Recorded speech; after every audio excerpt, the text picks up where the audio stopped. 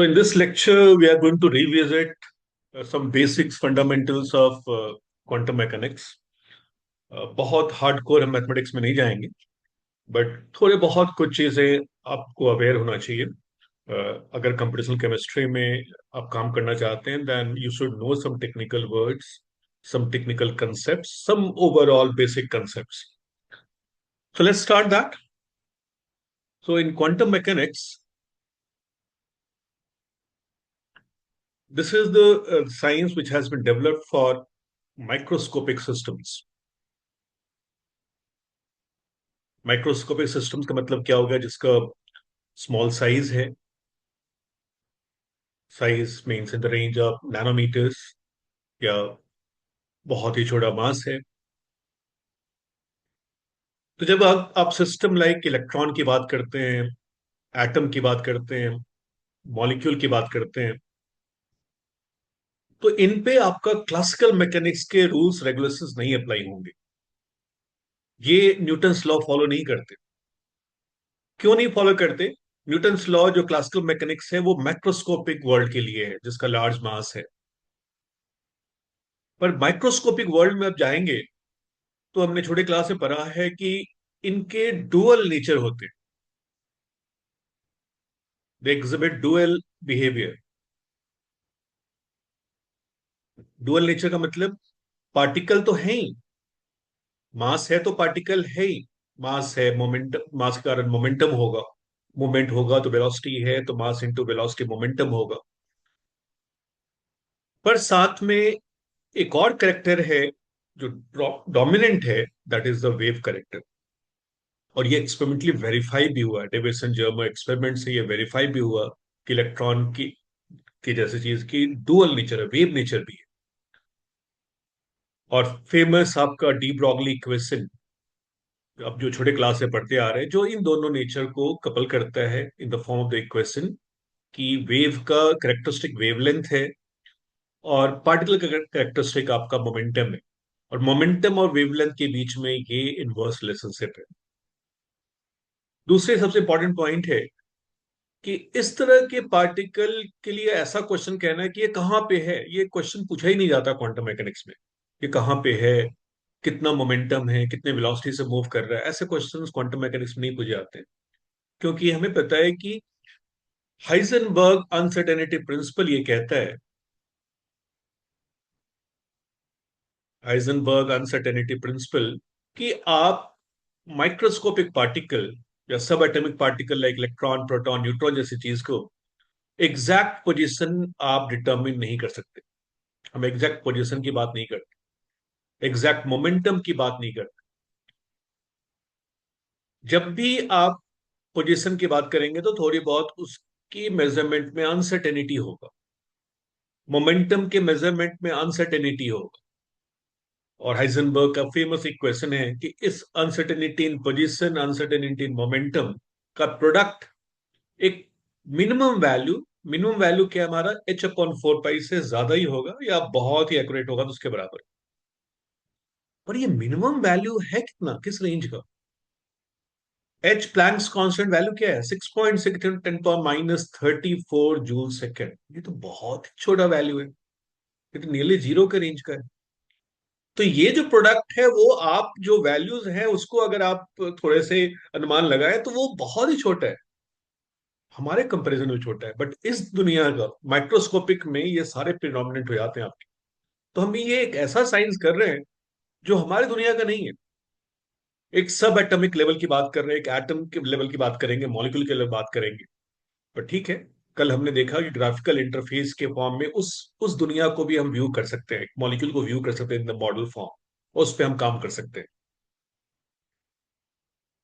तो हम quantum mechanics से कहते हैं कि ठीक है, हम एग्जैक्ट पोजिशन तो बात नहीं करेंगे, बट हम कैलकुलेट क्या कर सकते हैं? हम कैलकुलेट कर सकते हैं कि जैसे इलेक्ट्रॉन की प्रोबेबिलिटी क्या होगी एक पर्टिकुलर रीजन में होने की, प्रोबेबिलिटी हम डिटरमिन कर सकते हैं। अब ये प्रोबेबिलिटी हम डिटरमिन करें कैसे? तो यहां एंट्री होती है द फेमस श्रोडिंगर की। अब ये भी पता है कि अगर कोई चीज वेव है तो हर वेव का अपना एक वेव इक्वेशन होगा। जहां कोई क्वांटिटी होगा, कोई फिजिकली ऑब्जर्व क्वांटिटी होगा जो वेरी करेगा विद स्पेस एंड टाइम, अलग अलग जगह पे एक समय में अलग अलग उसकी वैल्यू होगी और वो ऑसिलेट करेगा। एक ही जगह पे अलग अलग समय पे उसकी वैल्यू बदलेगा और वो ऑसिलेट करेगा। तो क्वेश्चन आया कि एक मैटर वेव में, क्योंकि ये जो हमारा है माइक्रोस्कोपिक सिस्टम एक मैटर है, तो एक मैटर वेव में वो कौन सी क्वांटिटी है जो वेरी करेगा विद स्पेस एंड टाइम। तो इसका कोई जवाब नहीं था 1930s में। तो सॉर्डिनी ने कहा कोई बात नहीं, अभी हम क्या कर लेते हैं कि हम मान लेते हैं कि उस मैटर वेव को रिप्रेजेंट किया जा रहा है एक फंक्शन से। और ये वो जो फंक्शन है जिसको आप कहते हैं ना वेव फंक्शन, ये वो फंक्शन है जो स्पेस, अब जनरली हम आर वेक्टर से रिप्रेजेंट करते हैं कि स्पेस और टाइम के कॉरस्पॉन्डिंग वेरी करेगा। इस वेव फंक्शन के बारे में अगर आपको जानकारी है, एक सिस्टम को रिप्रेजेंट उसका वेव फंक्शन कर रहा है, और फिर हम कहते हैं छोटे क्लास से कहते आ रहे हैं कि ये वेव फंक्शन स्टोर हाउस है सारे इंफॉर्मेशन का, store house of all information. इसके बारे में जानकारी है तो सिस्टम के बारे में कंप्लीट जानकारी है।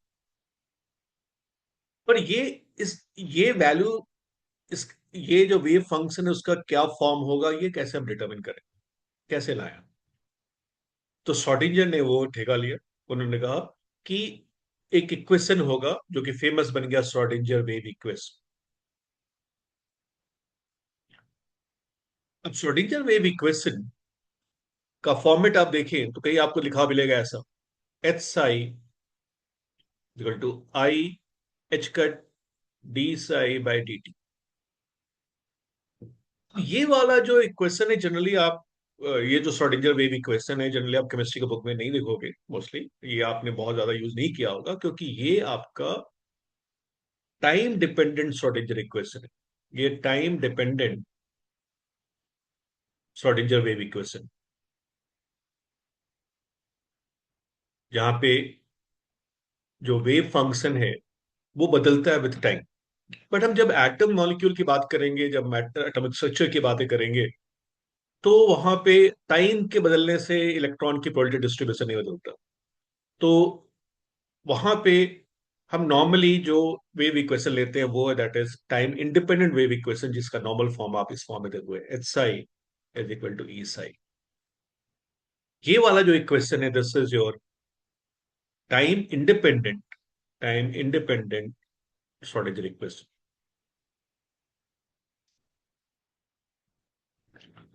अब इसमें तीन चीजें आ रही है ना।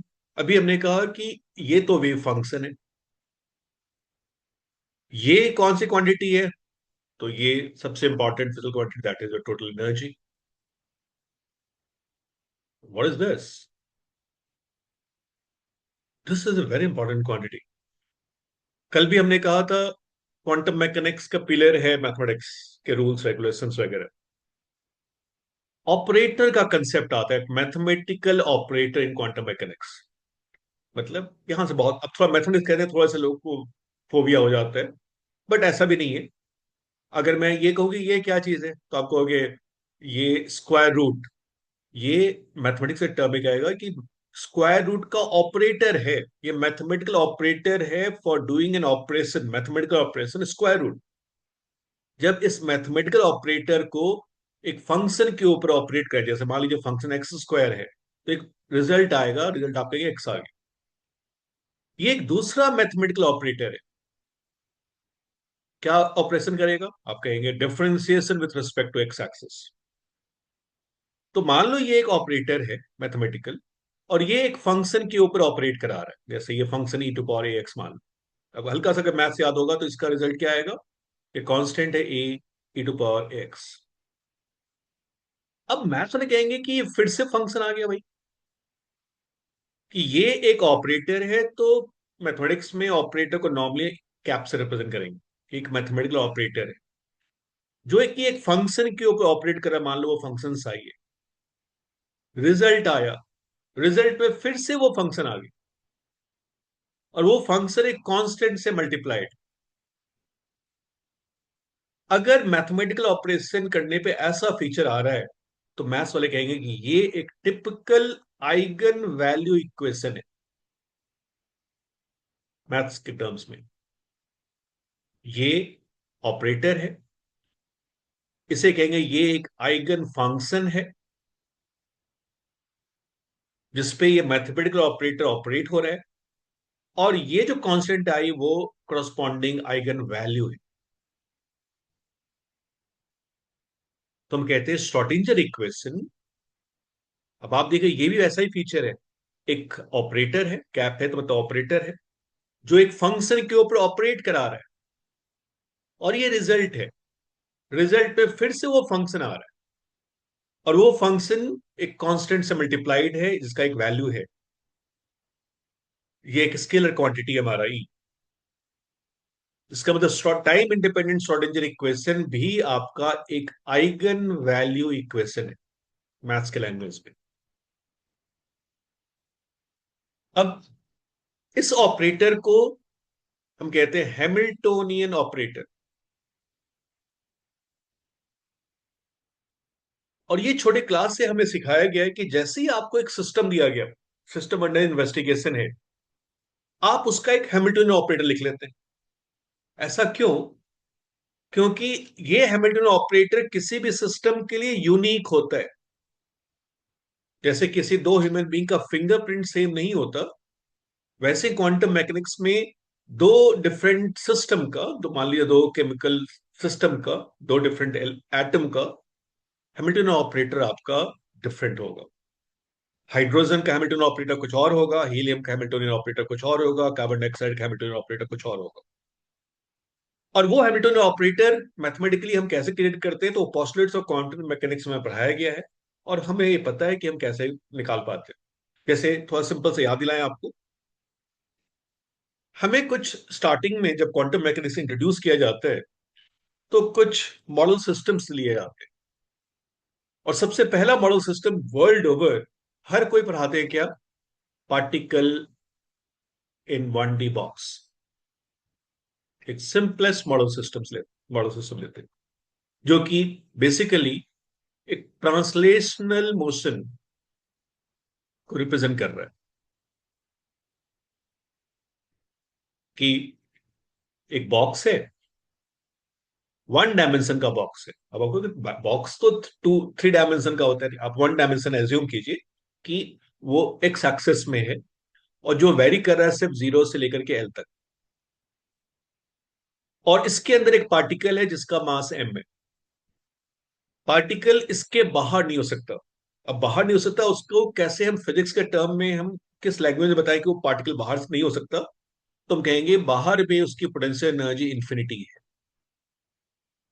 आपको पढ़ा है, आपने पढ़ा है ना कि जैसे हाइट बढ़ेगा तो पोटेंशियल एनर्जी बढ़ता है। तो अगर कोई पार्टिकल हाइट पे है, मतलब पोटेंशियल एनर्जी हाई है, तो आप अगर उसको पुश करो तो वो कहाँ जाना चाहता है? वो नीचे जाना चाहता है ना। It wants to move from high potential to low potential. तो कोई भी पार्टिकल हाई पोटेंशियल पे रहना नहीं चाहता। तो अगर आप पोटेंशियल एनर्जी आप इन्फिनिटी कर दिया आपने, दैट मीन यहाँ पार्टिकल एग्जिस्ट नहीं कर सकता। यहां भी 0 से लेस में अगर एक्स की वैल्यू, वहां भी पार्टिकल एग्जिस्ट नहीं कर सकता। पार्टिकल यहां फ्रीली मूव कर रहा है बॉक्स के अंदर। अब देखिए यहां पे अगर फ्रीली मूव करने का मतलब ये है कि इसके ऊपर कोई फोर्स नहीं लग रहा। उसको फिजिक्स के लैंग्वेज में क्या कहेंगे? फ्रीली मूव कर रहा है कैसे कहेंगे? पोटेंशियल एनर्जी 0 है। अब हमें पढ़ाया गया है कि हैमिल्टनियन ऑपरेटर कैसे हम बनाते हैं। जैसे अब ये सिस्टम दे दिया गया, तो इसका हैमिल्टनियन ऑपरेटर क्या होगा? काइनेटिक एनर्जी ऑपरेटर, जिससे हम काइनेटिक एनर्जी को फिजिक्स में नॉर्मली टी से रिप्रेजेंट करते हैं। तो टी कैप देने का मतलब काइनेटिक एनर्जी का ऑपरेटर प्लस पोटेंशियल एनर्जी का ऑपरेटर। तो हैमिल्टनियन ऑपरेटर एनर्जी का, टोटल एनर्जी का ऑपरेटर है। और टोटल एनर्जी किस कारण है? काइनेटिक एनर्जी कारण है, पोटेंशियल एनर्जी कारण है। और काइनेटिक एनर्जी ऑपरेटर आप कैसे बनाते हैं? तो हमें पढ़ाया गया है कि कुछ फंडामेंटल ऑपरेटर है, जैसे मोमेंटम अलोंग एक्स एक्सिस का ऑपरेटर का रिप्रेजेंटेशन कैसे करते हैं? h/2πi/d/dx। Postulates of quantum mechanics में आप पढ़ते हो। तो काइनेटिक एनर्जी क्या होता है? Kinetic energy is half m v square. Classical mechanics के अकॉर्डिंग फॉर्मूला लिख देते हैं, और फिर इसको पी के टर्म्स में लिख लें।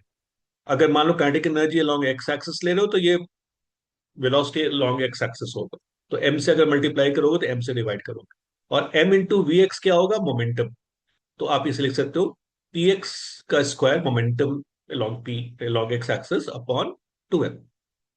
और फिर हम पी एक्स की वैल्यू यहां डाल दिए ऑपरेटर वाली, तो ये हो गया h upon 2 pi i d by d x का whole square upon 2m।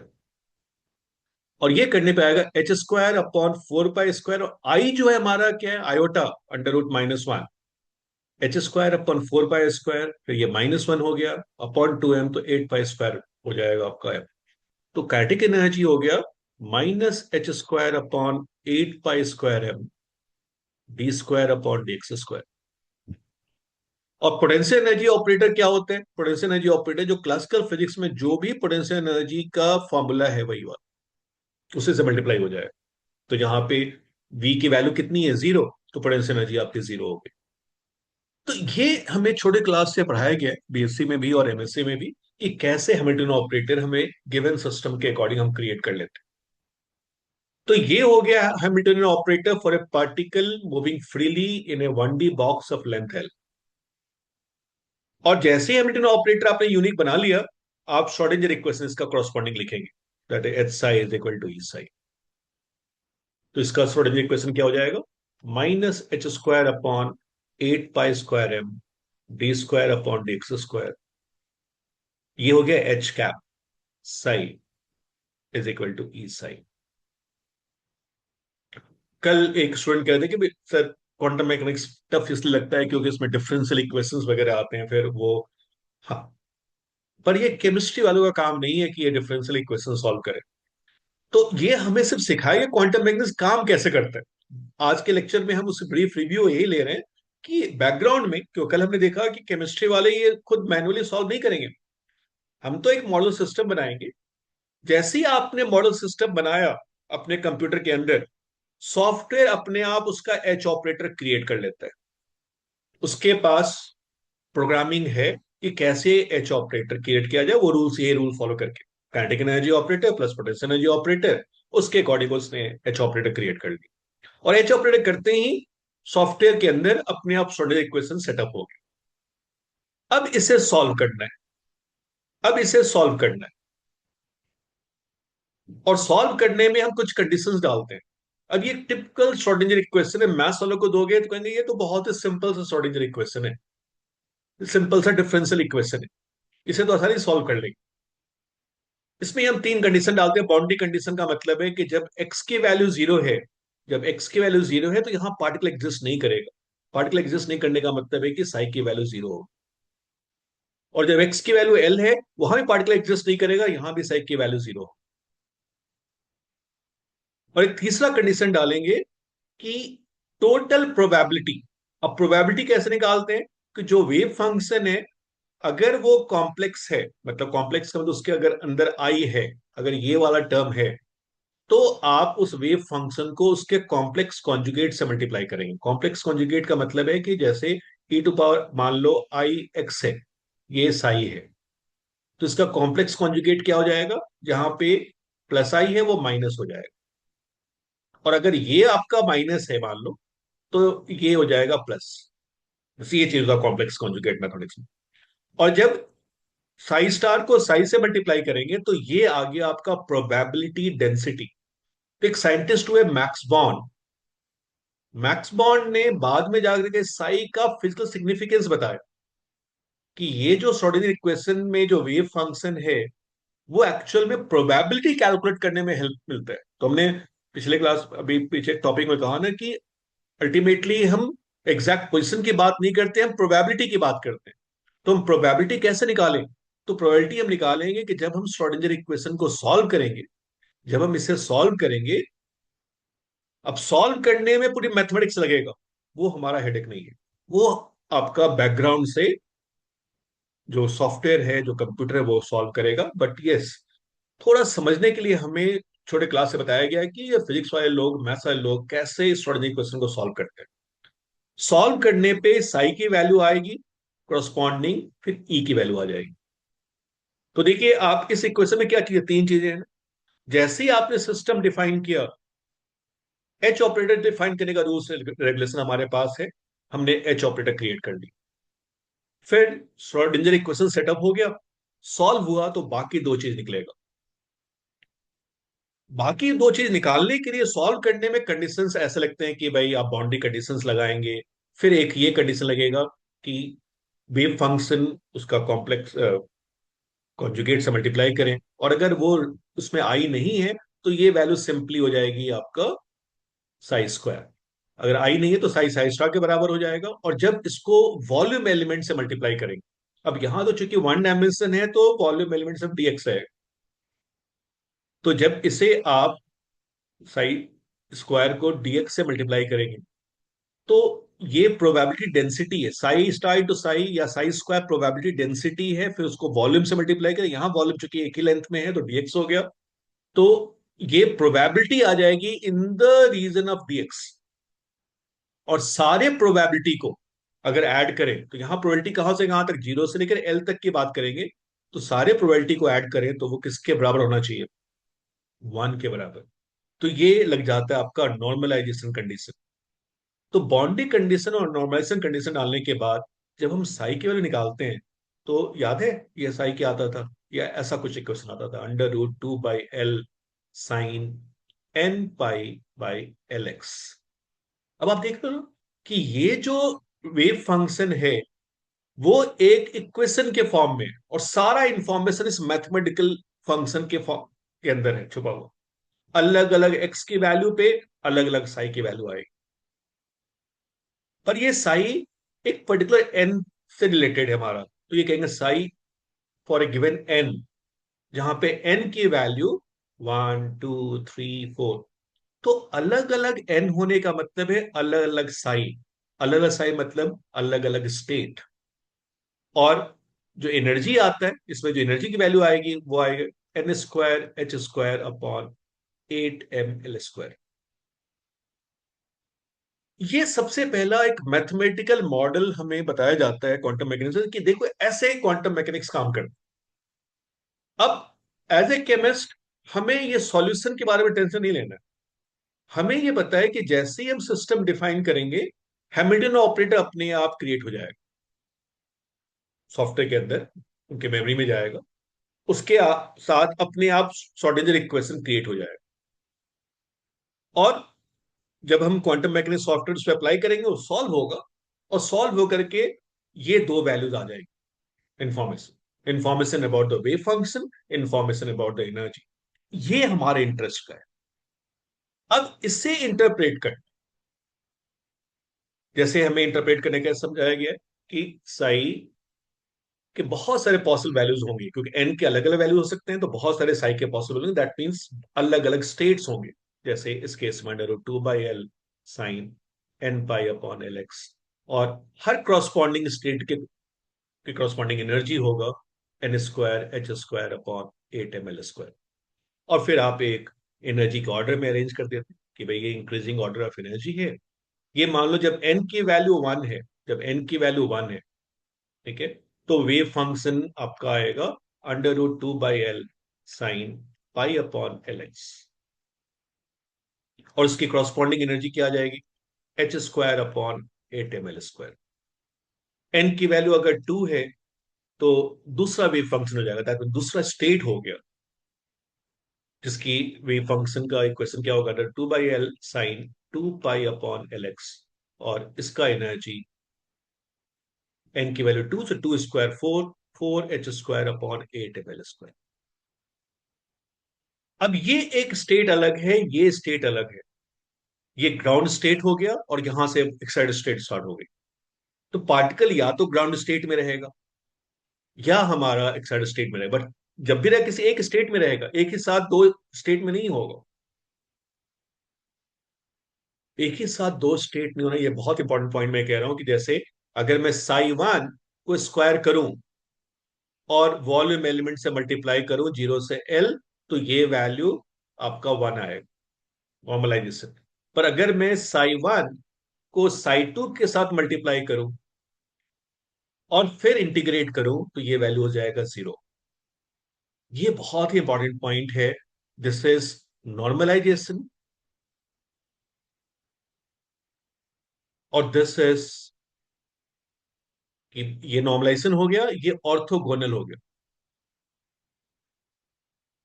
Maths के टर्म में, कि एक पार्टिकल एक ही वक्त में दो अलग अलग स्टेट में नहीं होगा, किसी एक स्टेट में होगा, उसको मैथमेटिकली हम ऐसे रिप्रेजेंट करें। ये हम बहुत यूज करेंगे आगे चल करके, ये नॉर्मलाइजेशन, और ये दोनों को ऐसे मिला देते हैं कि psi I psi J D tau is equal to, ऐसे लिखेंगे क्वांटम मैकेनिक्स बुक में, Kronecker delta I J, this is called Kronecker delta, this is called Kronecker delta. कि अगर आई की वैल्यू जे के बराबर है तो क्रोनेकर डेल्टा आपका वन होगा, और अगर आई जे के बराबर नहीं है तो क्रोनेकर डेल्टा की वैल्यू जीरो होगी। वो अलग अलग स्टेट का मतलब क्या है, जैसे आप इसको अगर प्लॉट करो जीरो से एल तक में, मीन्स एक्स की वैल्यू बदलो, कि साइन जीरो, साई की वैल्यू जीरो, एक्स की वैल्यू अगर एल लेंगे, एक्स की वैल्यू अगर एल लेंगे तो साइन पाई वहां जीरो होगा, पर अगर एक्स की वैल्यू आप एल बाई टू ले लो, देखो एल बाई टू अगर मैं यहाँ एल बाई टू डालूं तो ये एल एल कैंसिल होगा, साइन पाई बाई टू आएगा, साइन पाई बाई टू का मतलब है वन। तो अगर मैं इसको प्लॉट करूं, इस साई वन को प्लॉट करूं जीरो से एल के बीच में, तो ऐसा प्लॉटिंग आएगा। इसका मतलब है कि साई वन की मैक्सिमम वैल्यू कहां पे आ रही है, एल बाई टू स्टेट। तो मतलब उस पार्टिकल की इस स्टेट में रहने की मैक्सिमम प्रोबेबिलिटी कहां पे है, मतलब साई वन स्क्वायर करेंगे तो उसकी मैक्सिमम वैल्यू आएगी एल बाई टू पे। वही अगर साई टू वाले को प्लॉट करें, आप अगर इसको प्लॉट करो जीरो से एल के बीच में, तो देखो इसकी मैक्सिमम वैल्यू कब आएगी, ये two pi by l x है। तो अगर मैं एक्स की वैल्यू एल बाई फोर डालू, एल बाई फोर है तो एल एल कैंसिल होगा, ये आ जाएगा पाई बाई टू, तो साइन पाई बाई टू, तो एल बाई फोर पे मैक्सिमम वैल्यू होगी इसकी मैक्सिमम वैल्यू। बट और अगर मैं यही एल बाई टू ले लूं, यहां अगर मैंने एल बाई टू ले लिया तो ये एल एल कैंसिल हो जाएगा, ये टू टू कैंसिल होगा, साइन पाई आएगा, sine pi will be zero. Now if you plot this, ऐसा प्लॉट आएगा, ये साई की प्लॉट है, साई टू। और अगर मैं इसको स्क्वायर करूं तो प्रोबेबिलिटी आएगी, प्रोबेबिलिटी डेंसिटी है हमारा, तो ऐसा प्रोबेबिलिटी आएगा। मींस अगर इस स्टेट में है, साई टू स्टेट में अगर पार्टिकल है इन वन डी बॉक्स, तो उसकी मैक्सिमम प्रोबेबिलिटी अब सेंटर पे नहीं है, अब कहां पे, एल बाई फोर पे है, और थ्री एल बाई फोर पे आएगा, और सेंटर पे वो क्या आ गया, जीरो। मतलब इसी को आप कंसेप्ट केमिस्ट्री में लेकर के आते हैं, नोड। तो जैसे जैसे एन बढ़ते जाएगा वैसे वैसे नोड बढ़ते जाएगा, और जितना ज्यादा नोड नोड का है, वो जगह जहां पे पार्टिकल की पाए जाने की प्रोबेबिलिटी जीरो होगी, और जैसे जैसे नोड बढ़ेगा उसका एनर्जी भी बढ़ेगा। तो particle in A one D box, mathematics अब भूल जाइए, बस इतना केमिस्ट्री के फॉर्म में समझ लीजिए कि ये क्वांटम मैकेनिक्स में एग्जैक्टली सॉल्वेबल प्रॉब्लम है, मैथमेटिकली इसको हम सॉल्व कर सकते हैं। पर बाउंड्री कंडीशंस, नॉर्मलाइजेशन कंडीशंस, ऐसे मैथमेटिक्स के रूल्स लग करके, जैसे ही आपने सिस्टम डिफाइन किया, फिर से मैं रिवाइज करूं, क्या डिफाइन हो जाता है, उसका हैमिल्टनियन ऑपरेटर डिफाइन हो जाता है। और जैसे ही हैमिल्टनियन ऑपरेटर डिफाइन होगा, time independent Schrodinger equation setup हो जाता है। फिर मैथ्स के रूल्स रेगुलेशन लगा के सॉल्व होता है, और सॉल्व होने के बाद दो चीजों की वैल्यू आती है, वेव फंक्शन और एनर्जी की। और ये वेव फंक्शन में कुछ, जैसे ये wave function for a given an, यही एन, जैसे इस केस में एन क्या हो जाएगा, क्वांटम नंबर, इसी को क्वांटम नंबर कहते हैं। यहां पे जो वेव फंक्शन है उसमें एक ही क्वांटम नंबर पर डिपेंड कर रहा है, एन, जिस एन की value one two three four जाएगी टिल इंफिनिटी। एन डिफाइन कर दिया तो वेव फंक्शन का एक पर्टिकुलर स्टेट डिफाइन हो गया। जब एन की वैल्यू वन है तो वो ग्राउंड स्टेट हो गया, एन की वैल्यू वन से ज्यादा है तो एक्साइटेड स्टेट हो गया, और उसकी करस्पॉन्डिंग, हर की करस्पॉन्डिंग एनर्जी आएगी। और एक बार अगर वेव फंक्शन है तो आप क्या निकाल सकते हो, प्रोबेबिलिटी। और फिर यहां पे थोड़ा इस मैथमेटिक्स में मैंने बताया कि एक ही पार्टिकल एक वक्त में एक ही स्टेट में होगा। एक ही पार्टिकल दो स्टेट में नहीं होगा। जब दो स्टेट में होगा तो ये प्रोबेबिलिटी आपकी जीरो हो जाएगी, मल्टीप्लाई करेंगे तो। अब इस कंडीशन को, ये नॉर्मल कंडीशन, ये ऑर्थोगोनल, इस इक्वेशन को ऑर्थो नॉर्मल हम कहते हैं। ऑर्थो नॉर्मल, अगर ऐसा कोई वेव फंक्शन फॉलो कर रहा है तो ऑर्थो नॉर्मल है। नॉर्मलाइजेशन कंडीशन इस कंडीशन में आ जाएगा और ऑर्थोगोनल कंडीशन इस कंडीशन में आ जाएगा। ओके, टाइम अभी वाला फर्स्ट लॉट खत्म हो जाएगा तो इसी में हम फिर से स्टार्ट करेंगे। फिर हमें इसके बाद क्या मॉडल सिस्टम पढ़ाया जाता है? हमें पढ़ाया जाता है particle in A three D box. क्यों ये पढ़ाया जाता है पार्टिकल थ्री डी बॉक्स? तो यहां एक कंसेप्ट लेकर के आ जाता है कि भाई इसमें जब आप इसे सॉल्व करते हैं तो एक कंसेप्ट लगेगा सेपरेशन ऑफ वेरिएबल्स का। ये बहुत यूज होगा क्वांटम मैकेनिक्स में कि भाई अब कह रहे हो कि पार्टिकल आपका थ्री डी बॉक्स में, और बॉक्स के अंदर पार्टिकल फ्रीली मूव कर रहा है। एक पार्टिकल है जिसका मास m है और बॉक्स के अंदर फ्रीली मूव कर रहा है, दैट मींस बॉक्स के अंदर v इक्वल टू जीरो है। बॉक्स के बाहर हर जगह v आपका इंफिनिटी है। एक्स एक्सिस पे बॉक्स की लेंथ मान लो a है, y एक्सिस पे बॉक्स की लेंथ b है, z एक्सिस पे मान लो बॉक्स की लेंथ c है। जैसे ही आप सिस्टम डिफाइन, ये हमारा सिस्टम डिफाइन हो गया। सिस्टम डिफाइन होते ही क्या डिफाइन हो जाएगा? हैमिल्टोनियन ऑपरेटर डिफाइन हो जाएगा। इस केस में हैमिल्टन ऑपरेटर आ जाएगा minus H square upon eight pi square M.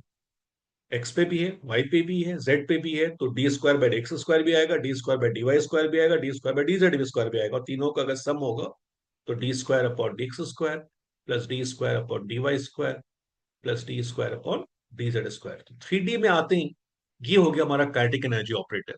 और पोटेंशियल एनर्जी तो बॉक्स के अंदर जीरो है, तो पोटेंशियल एनर्जी ऑपरेटर से पोटेंशियल एनर्जी के बराबर होता है, तो वो तो जीरो हो गई। अब मैथ्स में इसके लिए एक शॉर्ट एंड रिप्रेजेंटेशन है, इसे कहेंगे लैपलेसियन ऑपरेटर। तो आप सिंपली यहां लिख सकते हैं कि ये जो एच ऑपरेटर है वो minus H square upon eight pi square M del square. ठीक है। और फिर इसके क्रॉसपॉन्डिंग श्रोडिंगर इक्वेशन हो जाएगा इक्वल टू ई साई। अब इसे सॉल्व कैसे करें? तो ये होगा minus H square upon eight pi square M del square psi is equal to E psi. अब ये हमें पढ़ाया जाता है कि जैसे जब ये पार्टिकल एक्स एक्सिस पे मूव कर रहा है, मान लो इधर मूव कर रहा है, तो वाई की वैल्यू चेंज नहीं होगा, जेड की वैल्यू चेंज नहीं, जेड की वैल्यू अब इतनी ही जेड की वैल्यू रहेगी। तो मान लो एक्स की तरफ जा रहा है तो जेड की वैल्यू चेंज नहीं हो रही है, वैसे ही वाई की वैल्यू भी चेंज नहीं हो रही। तो अगर एक्स के बदलने से वाई नहीं बदल रहा है, जेड नहीं बदल रहा, या वाई के बदलने से एक्स और जेड नहीं बदल रहा है, तो उस केस में मैं इस वेव फंक्शन को product of three different functions लिख सकता हूं। तो हम ऐसा लिखते हैं कि कैपिटल एक्स जो कि एक्स पे डिपेंड कर रहा है, कैपिटल वाई जो कि वाई पे डिपेंड कर रहा है, कैपिटल जेड जो कि जेड पे डिपेंड कर रहा है। इसी को कहते हैं सेपरेशन ऑफ वेरिएबल। कि एक वेव फंक्शन को, एक फंक्शन को प्रोडक्ट ऑफ डिफरेंट फंक्शंस तब लिख सकते हैं जब इसके बदलने से, यहां जब एक्स बदला तो ये नहीं बदलना चाहिए। और तब जाके जब सॉल्व करोगे तो जो टोटल वेव फंक्शन आएगा फिर वो कली ये तीन इक्वेशंस में कन्वर्ट हो जाएगी। तीन separate particle in one D box ऐसे इक्वेशन में कन्वर्ट हो जाएंगे। और यहां पे जो साई की वैल्यू आएगी वो एक्स वाला आ जाएगा, अंडर रूट एक्स पे लेंथ क्या है ए, तो under root two by a sine n pi upon a x, और ये एन एक्स मान लेते हैं। फिर वाई हो जाएगा under root two by b sine n y pi upon b x. और वैसे ही फिर आपका जेड वाला under root two by c sine n z pi upon c है। सॉरी, ये हो गया वाई और ये जेड। तीन अलग अलग आ गए हमारे। अब यहां पे ये जो वेव फंक्शन है वो डिपेंड कर रहा है तीन अलग अलग quantum number n x, n y और एन जेड। या एन एक्स की value one two three four till infinity, n y की वैल्यू भी ऐसे ही, एन जेड की वैल्यू ऐसे। तीन तीन क्वांटम नंबर डिपेंड कर रहा है हमारा। और जो एनर्जी है वो energy e x e y e z. ये हो जाएगा nx² h² upon 8m a², ये ny² h² upon 8m b² plus nz² h² upon 8m c²।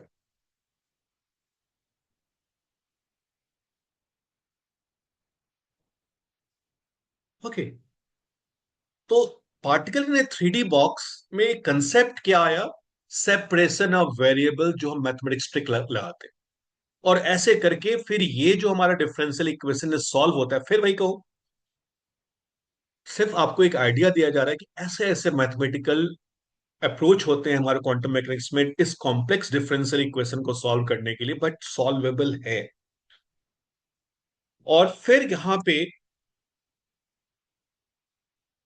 वही एनर्जी का ऑर्डर आ जाएगा कि जब nx की वैल्यू 1 हो, ny की वैल्यू 1 हो, nz की वैल्यू 1 हो, तो ये ग्राउंड